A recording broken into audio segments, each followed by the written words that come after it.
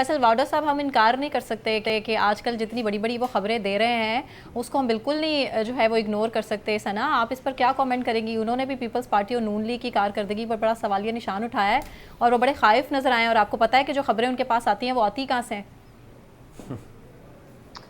नहीं, मुझे तो मेरा ख्याल है उनकी स्टेटमेंट्स के ऊपर कोई हैरत नहीं होती। उसकी वजह ये है कि सबको पता है कि वो हम्म। किसके करीब हैं और किससे दूर हुए हैं, कहाँ हम्म। से वो आए थे और किस तरह उन्होंने सियासत शुरू की, और हाँ। फिर उसमें सियासत में भी उनके क्या स्टेक्स थे। जहां तक पीपल्स पार्टी और नून के बारे में वो खाइफ नजर आते हैं, तो मेरा ख्याल है कि इस मुल्क में बहुत से ऐसे लोग हैं जो किसी ना किसी जमात से खाइफ हैं। मेरी और आपकी भी अपनी सोच हो सकती है। हम्म। असल में अलमिया हमारा ये है कि हमने अपनी सियासत से कुछ नहीं सीखा ना। पीपल्स पार्टी जो है उसने मुख्तलिफ अदवार में जो कुछ किया उसमें कुछ बेहतरी आ सकी। हाँ, ये जरूर है कि चार्टर ऑफ डेमोक्रेसी किया, उनको अरसों बाद ये समझ आया कि अगर हम एक दूसरे से ही लड़ते रहेंगे और एक दूसरे के गिरेबानों पर ही हाथ डालते रहेंगे तो बड़ा मुश्किल होगा कि हम अपने टेन्योर्स को कंप्लीट करें। तो हम्म। आई थिंक इस पॉइंट ऑफ व्यू से नून लीग और पीपल्स पार्टी किसी हद तक एक दूसरे के करीब है। लेकिन जब बात कुर्सी की आ जाती है तो पीपल्स पार्टी भी ये कह देती है कि जी हमारे लिए लेवल प्लेइंग फील्ड नहीं है।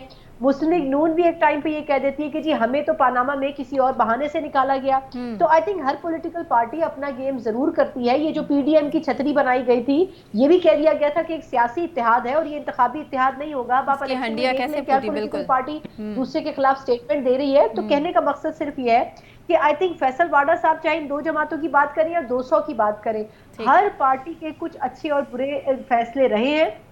और मेरा ख्याल ये है कि इन जमातों को ये समझना चाहिए कि आपसी इश्यूज के बजाय, एक दूसरे पे इल्जाम तराशी के बजाय और इलेक्शंस और इस किस्म के मसाइल पर पॉइंट जो है वो पॉइंट ऑफ कॉन्फ्लिक्ट पैदा करने के बजाय अगर ये कोर इश्यूज के ऊपर फोकस करें, जैसे टेररिज्म है, जैसे इकोनॉमी है, जैसे हमारी फॉरेन पॉलिसी है, अगर हम इन चीजों के ऊपर फोकस करें तो शायद एस्टेब्लिशमेंट भी मुतमईन रहेगी और वो आपको जमहूरी इक़्तिदार को कंटिन्यू करने देगी। अदरवाइज कब हवा का झोंका चले और कब ये तिनकों की तरह उड़ जाए, इनको खुद भी समझ नहीं आएगा। क्योंकि इस वक्त पाकिस्तान जहां खड़ा हुआ है हम्म। वो एक ऐसी स्टेज आ चुकी है कि अब हम मजीद कॉम्प्रोमाइज नहीं कर सकते इन इश्यूज के साथ।